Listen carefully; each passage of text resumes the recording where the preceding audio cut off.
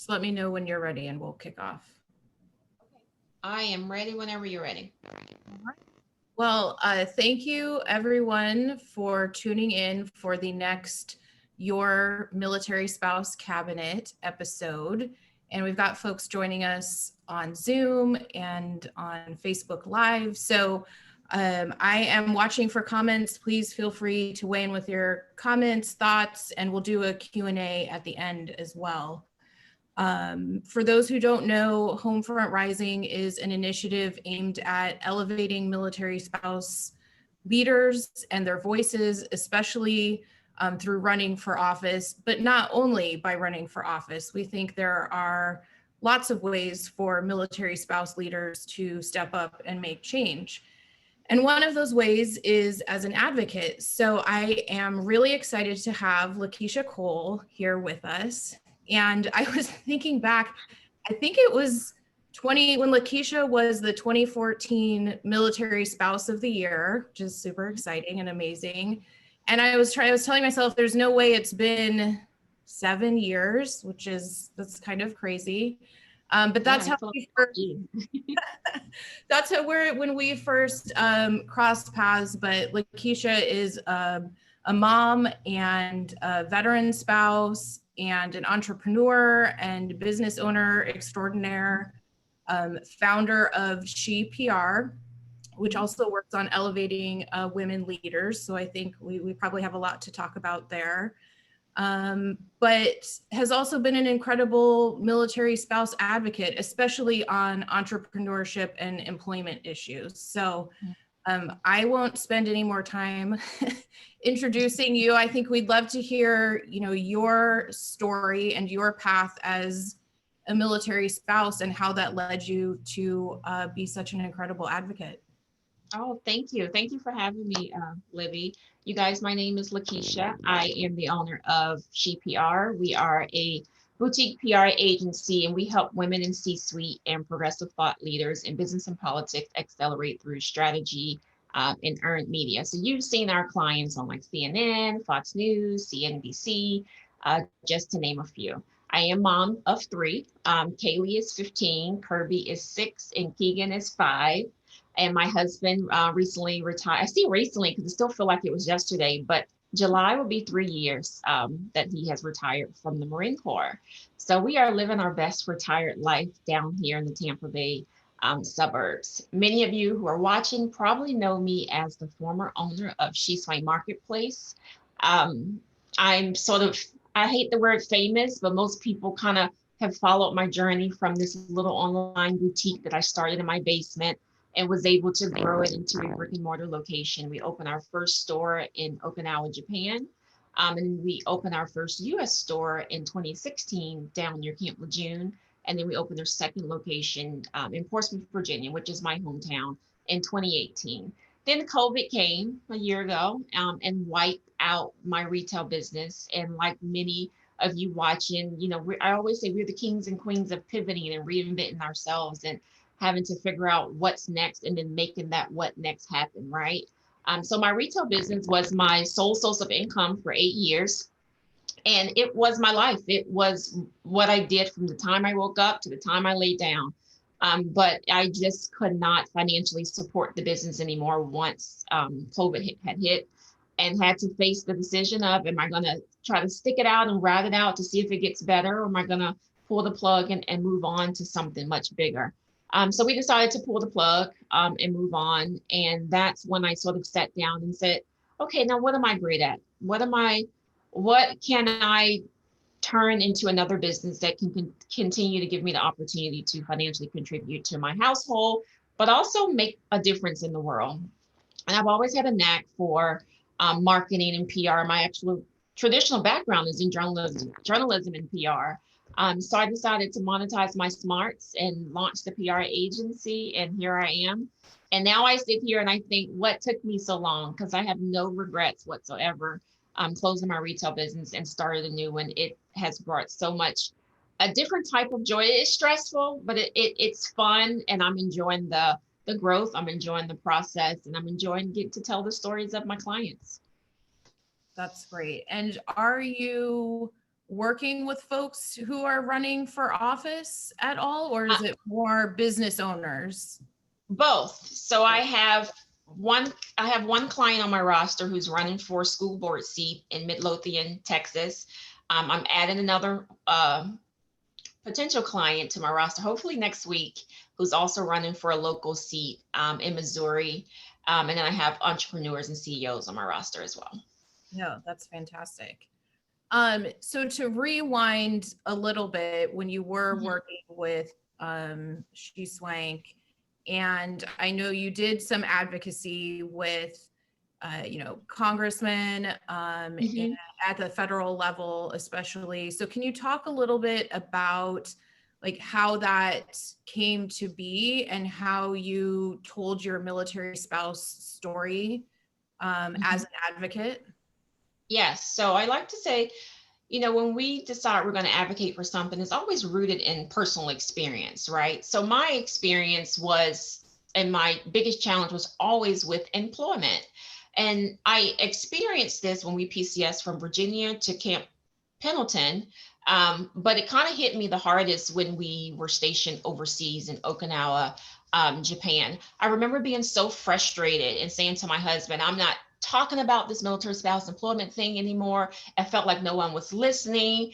I felt like it was just me and I was alone because everyone else seemed to be walking around and smiling and hanging out on the beach. And here I am in my, 2-bedroom, 7th-floor apartment, just completely frustrated that I had to close my business. I couldn't work. And I really just thought no one else was having this problem but myself. And then it wasn't until I received an email, and I can't remember the woman's name, but she used to work for Hiring Our Heroes, and she invited me to come and sit on a panel about military spouse employment. And I thought, oh, okay. And that was actually my first introduction to the organization. So when I sat on the panel and I started to share my story, that sort of opened the floodgate for me, and I just walked right through it. I was able to share my story, my experience with leadership on how hard it was for me to bring my business to Japan and continue to operate, all the SOFA regulations and things like that. It just makes things very difficult. But I felt like someone was listening. I felt like I had an ear. And that was sort of my first into advocating in the military space. Then you fast forward to, I guess it was 2018, I served on the military family advocacy network, Military Family Advisory Network Council. I was one of their advisory board members. And from that opportunity, I was able to work with my home state senator, Tim Kaine, on drafting some legislation around military spouse employment. So through that relationship, I helped him work on the Military Spouse Employment Act. And there were 4 main areas that bill tackled. One was employment opportunities, really boosting military spouses' opportunities and competitiveness in the job market, continuing education and training. There was some childcare stuff that was in there as well, and counseling and transition assistance. And that was my first time sort of advocating on a national level. So yeah, that's kind of where it started. So did you find, you kind of talked about the struggle of everyone else is walking around and it seems like things are normal and you feel like you're not being heard. And I think a lot of us can relate to that. Once you did start telling your story, did you think being a military spouse helped or hurt? Because I think we hear that a lot of times from spouses who they don't want to identify as a military spouse because they have faced so many barriers and maybe discrimination on the job hunt. And so people are hesitant to identify. So I'm curious, in your advocacy work, or even more broadly, have you felt that military spouse status has helped you be heard more, or do you think it has hurt?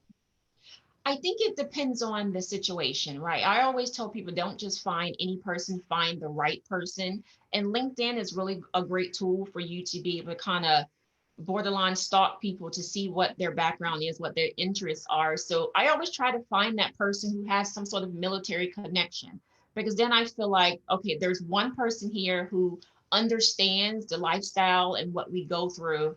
And you'll probably find it easier in with that person. Now, I know that's not always possible, But for the most part, you can always find that one person who can identify or relate to our situation. Yeah. So I would say, has it hurt or has it helped? I think it depends on who you ask, and it has helped me, and I feel like it has also hurt me as well. Unpopular opinion.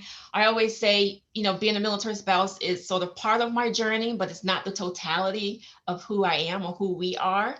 So I don't always lead with being a military spouse, but I am very proud of who we are and the community that we've built and some of the things and a lot of things that we've accomplished. But it's not always something that I feel like I have to lead with. Right. Yeah. No, I think that's great advice. I think it's absolutely situational, Mm-hmm. depending on what you're advocating for.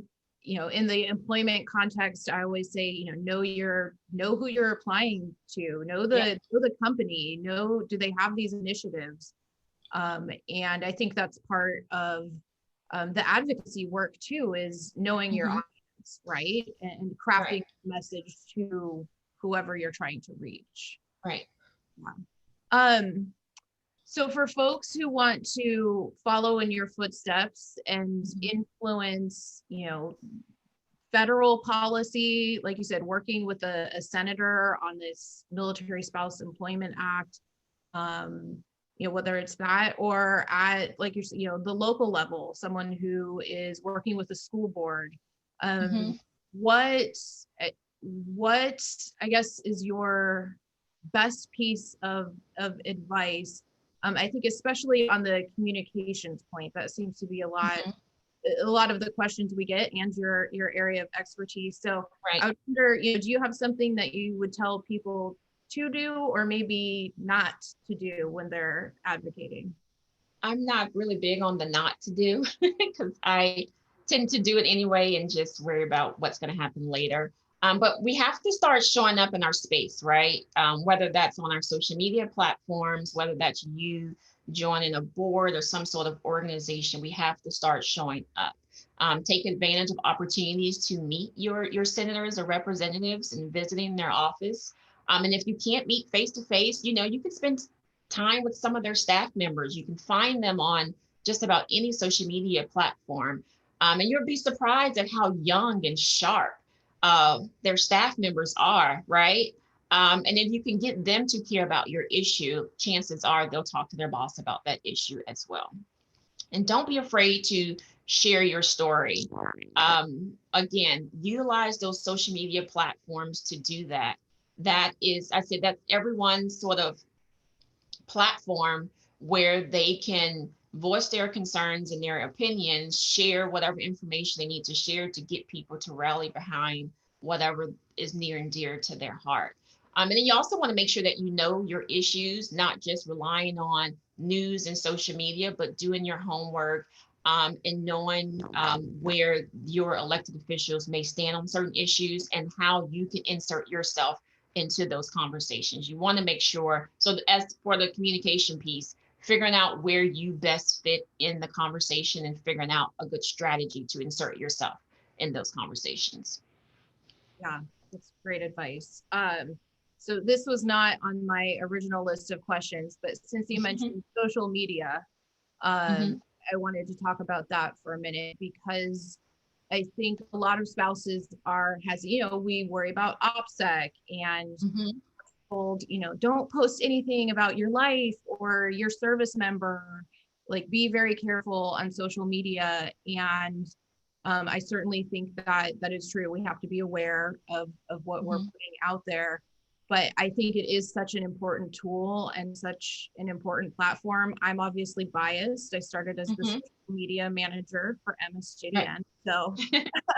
So I am very pro social media, and I think Msjdn was able to get its message out to a lot of folks that we Mm-hmm. wouldn't have been able to reach because we can't be everywhere.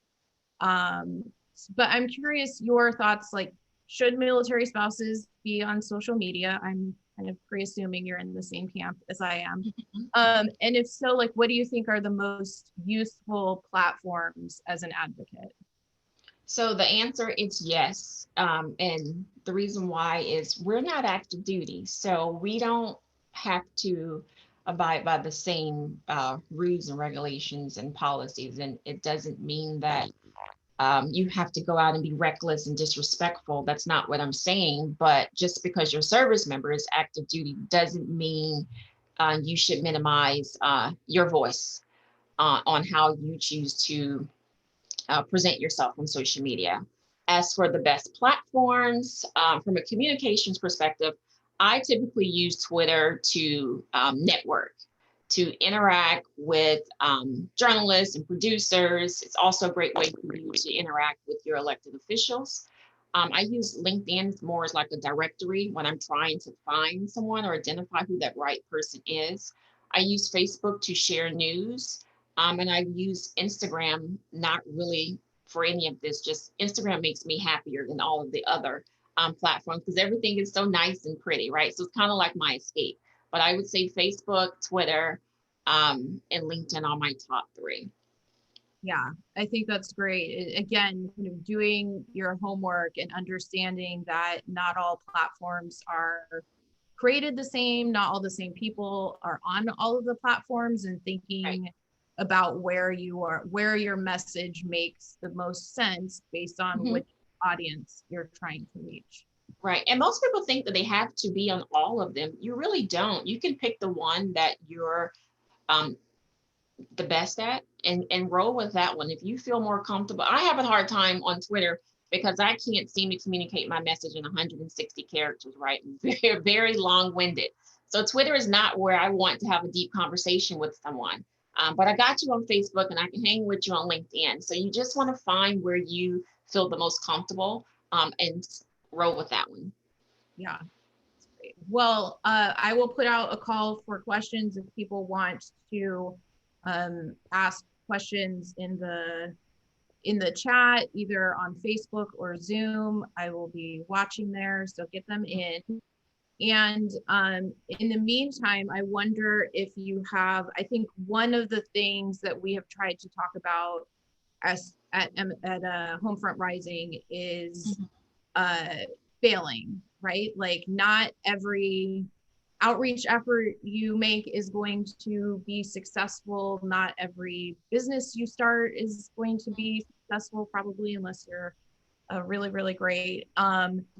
And so I always tell the story of how I became social media manager at Msjdn is I attended our first Msjdn conference, and I tweeted that the clerk of the Supreme Court of the United States was the clerk of the Superior Court, which is like a low level state court. So I completely demoted him like 20 levels. But somehow they were like, hey, we still need a social media manager. And you know Right. how to, you clearly know how to use Twitter. Right. So I think, you know, good things can come from failure. And you can't let, you know, maybe some embarrassment, even public embarrassment online, stop that. So I wonder if you have any kind of similar stories of failure or tripping up or something where you thought like, oh man, that's maybe not the story I wanted to tell, or something that you wanted to put forward, but you were still able to pivot and overcome that. Yeah, so I mentioned earlier about having to transition my business and start a new business. And, having worked in that business for so long, I had no backup plan on me never running my retail store, right? So the North Carolina store, that area had been hit by a hurricane a year before COVID, and it struggled to bounce back. So I had decided to give it a year and we'll revisit then. And then when COVID came, it pretty much was impossible to recover. And then it kind of trickled down to the other store. So then I was faced with that whole feeling of feeling like a failure that I couldn't save it. And I spent so much time and effort and money building it. And it wasn't until, my husband is always my voice of reason. And he's like, do you realize what you've built? You've built this opportunity where you've brought along dozens of other spouses who make products, who did bring their products into a retail store. You gave them an opportunity to start and to grow. So I really just had to kind of look at all of the positives that came out of it. But what I also had to relearn was that you can't be so married to an idea to where you can't recognize when it's no longer working. And that's kind of where I was with that business. It was no longer working. And as much as I didn't want to let it go, I had to, right? So it was going from feeling like a failure to feeling proud of really what I had built and what I had accomplished, and the lessons that I were able to take from that and roll into my other business that, surprisingly took off and is successful in its first year. So I get that feeling of defeat and that feeling of failure. It's okay to kind of sit in. I always give myself a 48-hour time period where I can sit and complain and cry. But then you got to pick yourself up and dust yourself off and keep it moving. Yeah, that's such great advice. And I think even when you think things are going well, taking that time to reassess, Mm-hmm. maybe you mapped out a certain career path, or if you're advocating, you built this campaign and you're working through the steps, but stopping to reassess and think, is this working? Does this make sense? Is this the best use of my time and energy and resources? And sometimes making a complete pivot can be a And great, that's okay too. Yeah, yeah, it's okay to change your mind. It's okay to say, I tried it, I didn't like it, I'm gonna move on to something else. And I think oftentimes we start to get in our own heads and we start to wonder, whether people are gonna say or what they're gonna think about this. And it's not really about anyone else but you and those who are involved and you making the best sound business decision for yourself. If you have business partners and your family, of course. yeah. Okay, so no questions. I see Susie said, I love the concept of LinkedIn as a directory. Yeah. Yes. Uh, Mm-hmm. using it for what it's built for, right? Mm-hmm. Right. And Lauren says, I don't have any questions. I just want to say this is awesome. Thank you, Lauren. Hi, Lauren. Oh, let's see, Q&A. Okay, when you are publicizing your business, do you make sure that people know you are a military spouse? And have you had any pushback on that? I think it depends on your level of comfort, and it also depends on the type of business. I take pride in being a military spouse, so I have no issues with using that in my publicity. There's some people who are more private business owners. I am not. I'm very much in front of all of my businesses. So if it's a part of your story, why not share it? Yeah, I agree. And thank you, Beverly, for that question. And I think that applies to advocacy. We touched on that a little bit Mm-hmm. earlier too, but thinking through your storytelling and your pitch and where, is it central? If you're advocating for something like a military spouse employment bill, that is probably going to be front and center. If it's Right. something maybe more entrepreneurship focused, maybe that's part of your story, but maybe it's not what you lead with. Right. It becomes part of your story, but the lessons and the skills that you pull from being a military spouse, that becomes forefront. Yeah. Rachel says, I love the starve your distraction, keep your focus. Thank you. What does the other one say behind you? It says hold the vision, trust the process. That's great. I was talking to someone beforehand and I said, I really need to step up my Zoom background game because I know Lakesha is always on point with her. In my little office. I actually made those myself and had them printed at Staples and made my husband build the little frames around them.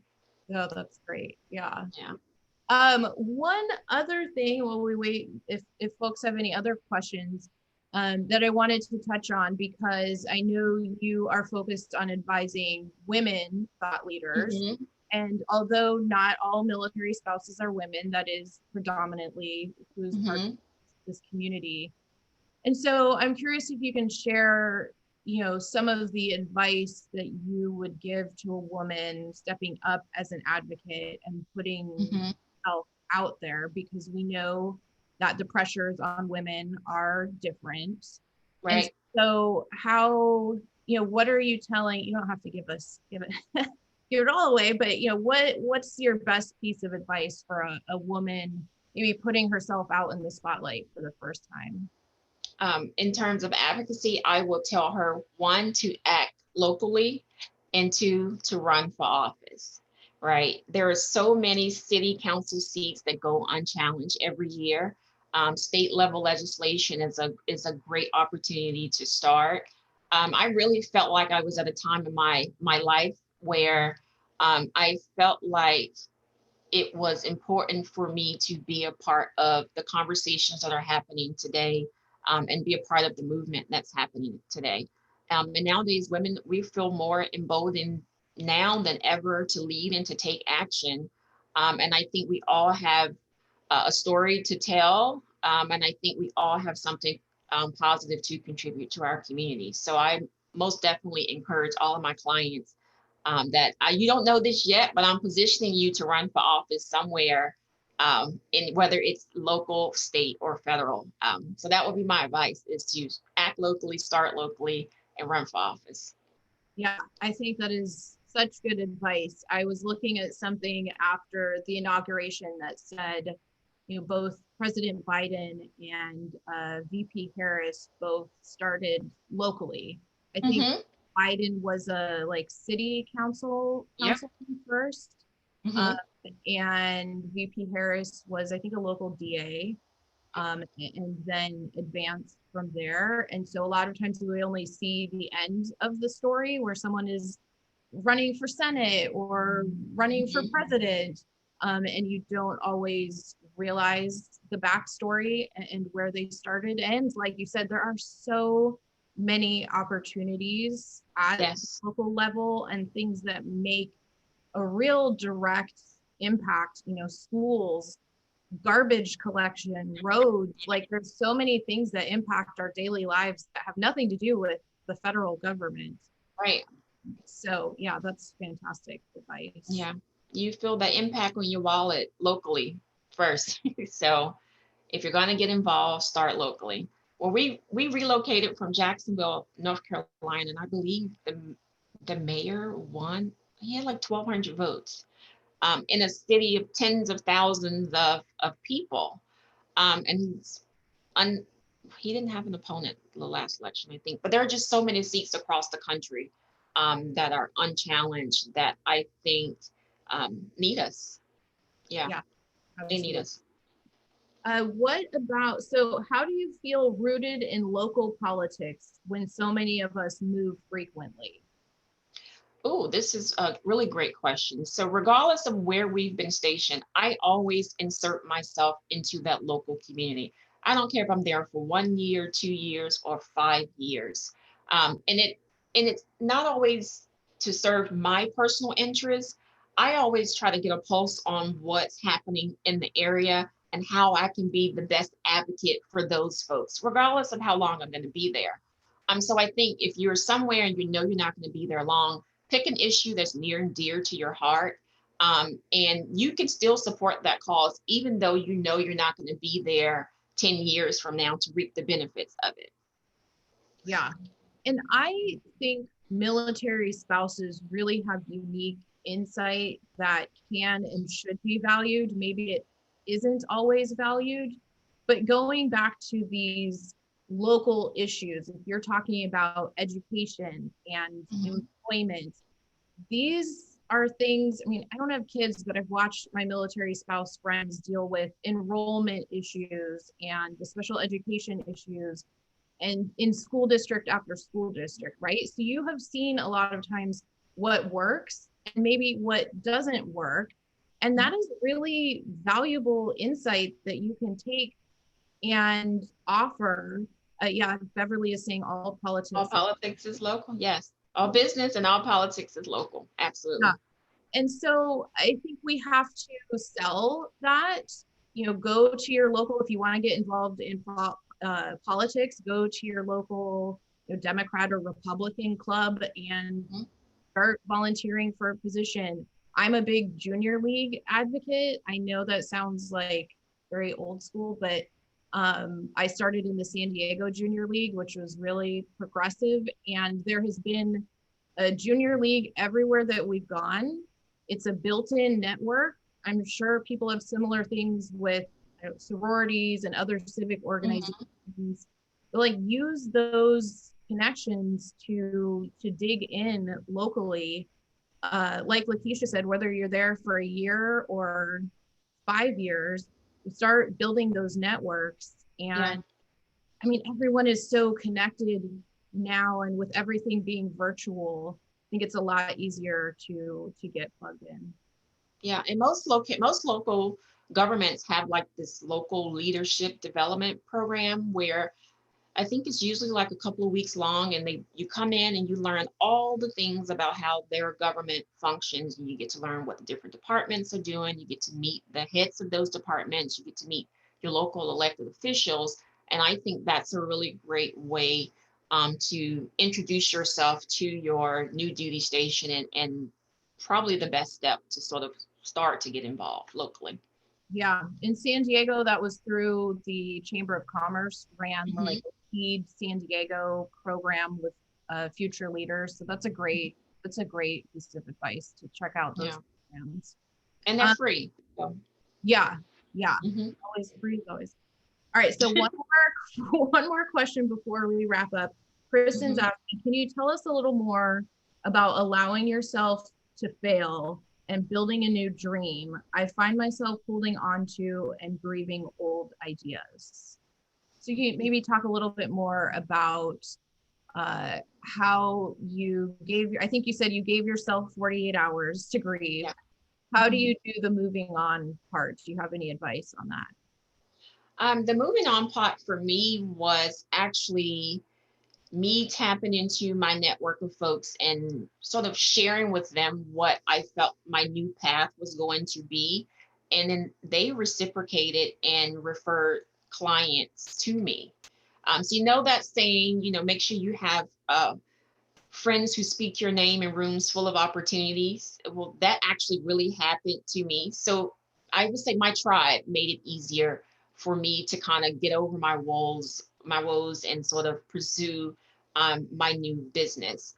But had I not had them in my corner saying, get up, you can do this. Okay, it's time to get over it now. My husband was like, are you still, you know, complaining over something that happened 2 weeks ago? This isn't what we do. We get up and we dust ourselves off, and we move on. It hurts, and I'm not going to sit here and say that it doesn't. It does. It hurts to see something that you've put your time, your money, and your energy into, and I don't even want to say fail. It just expired, right?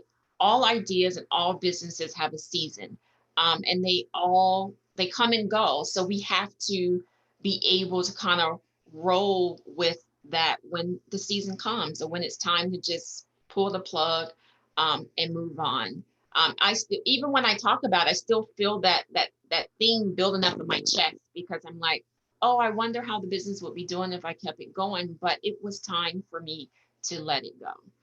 So you'll get to that point to where it doesn't hurt as much, but it's okay for it to hurt. It's okay. Yeah. I love that you're saying an expiration date, right? Everything has an Hmm. expiration date, but that Yeah. doesn't mean it's a failure. Yeah. Right. Yep. And I think kind of touching on your tribe piece as well, I have found that to be incredibly important to see other folks making those pivots and changing and reassessing and uh, having that tribe of other military spouses, other working military spouses who are going through a lot of the same process. So you don't feel like you're the only Hmm. one that's losing your mind having to Right. do this. I think that is such an important piece of it as well. Yeah, you got to build those networks. You have to, and rely on them and allow them to help you. That's the hard part for myself, reaching out for help. And then I'm like, I asked for help, and now I'm afraid to take the help. Like, I have to get over this craziness, right? So when people offer to help you, you have to allow them to help you. And that's also something I had to relearn. That's right. Uh, on that note, we will wrap up.